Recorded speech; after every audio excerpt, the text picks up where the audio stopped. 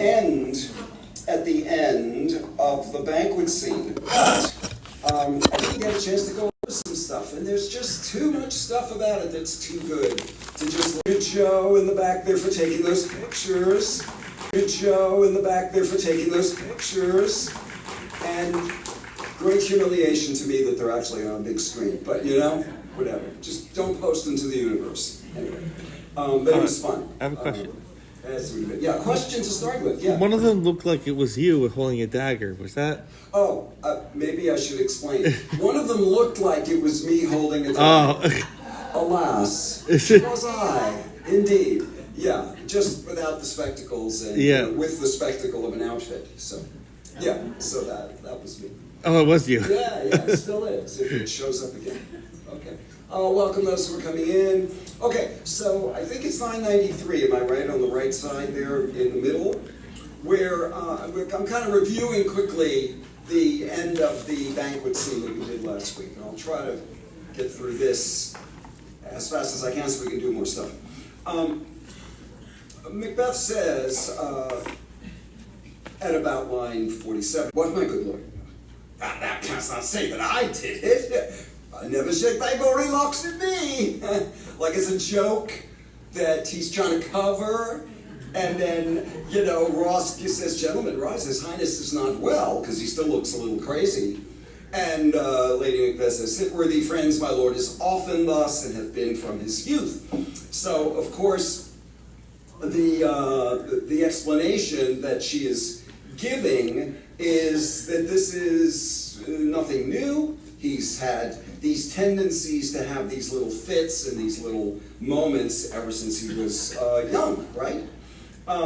Pray you keep seat, the fit is momentary, upon a thought he will be well again. Don't pay attention to him. You know, people do say this sometimes when somebody suddenly starts acting out and whatever. And then she turns to him and says, "Are you a man? What is wrong with you," right? And he goes, "I am a bold one that dare look on that which might appall the devil." So if he is sort of putting on a show at the beginning, he turns to her like, you know, "What is this?" And Lady Macbeth says, "Oh, proper stuff." Meaning, "Oh, this is ridiculous. This is the very painting of your fear. This is the air-drawn dagger which you said led you to Duncan." Right? "Oh, these flaws and starts, impostors to true fear." You see where I am, Lady Macbeth, about line 60 or so. Right? We read it last week.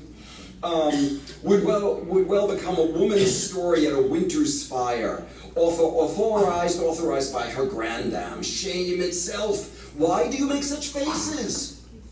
And he's making faces. He's like freaking out, right? When all's done, you look but on a stool.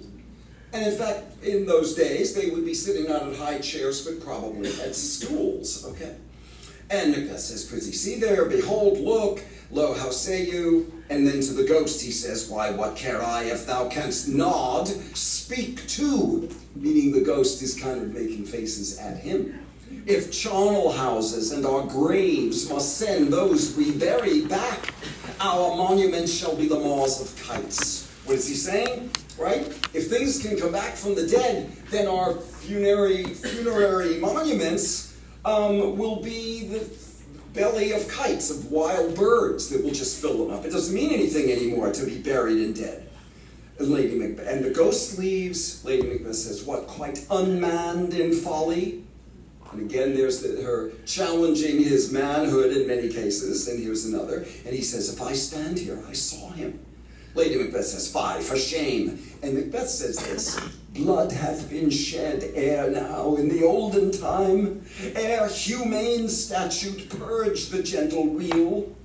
And since 2 murders have been performed, too terrible for the ear." So what is he saying when he says in the olden time, which some have said should be in the golden time? Ere humane or human statute purged the gentle weal.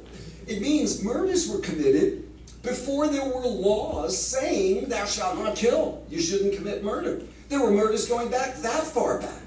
And since 2 murders have been performed, too terrible for the ear, the time has been when the brains were out, the man would die, and there an end.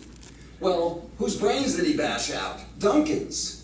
And he hoped in his speech earlier when he said, if it were done, when 'tis done, 'twere well it were done quickly, if the assassination could trammel up the consequence, I'm not on your script right now, and catch with his surcease success, if that this blow might be the be-all and the end-all, he said back then. And now he's realizing, not only that wasn't the be-all and end-all, but the killing of Banquo wasn't the be-all and end-all, because here he is, okay?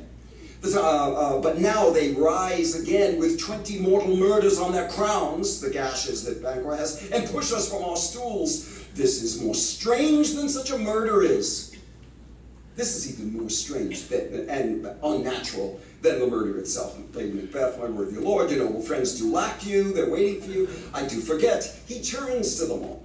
And now goes, do not muse at me, my most worthy friends. I have a strange infirmity, which is nothing to those that know me. Come, love and health to all. And then I'll sit down. Give me some wine, fill full.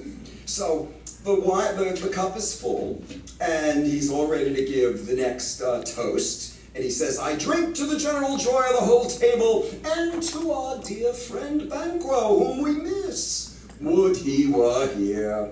To all and him we thirst, and all to all. So of course he's putting on this show. He obviously knows Banquo's dead. The first murderer came in and told him so. He just saw the ghost, but he's putting on a happy face, right?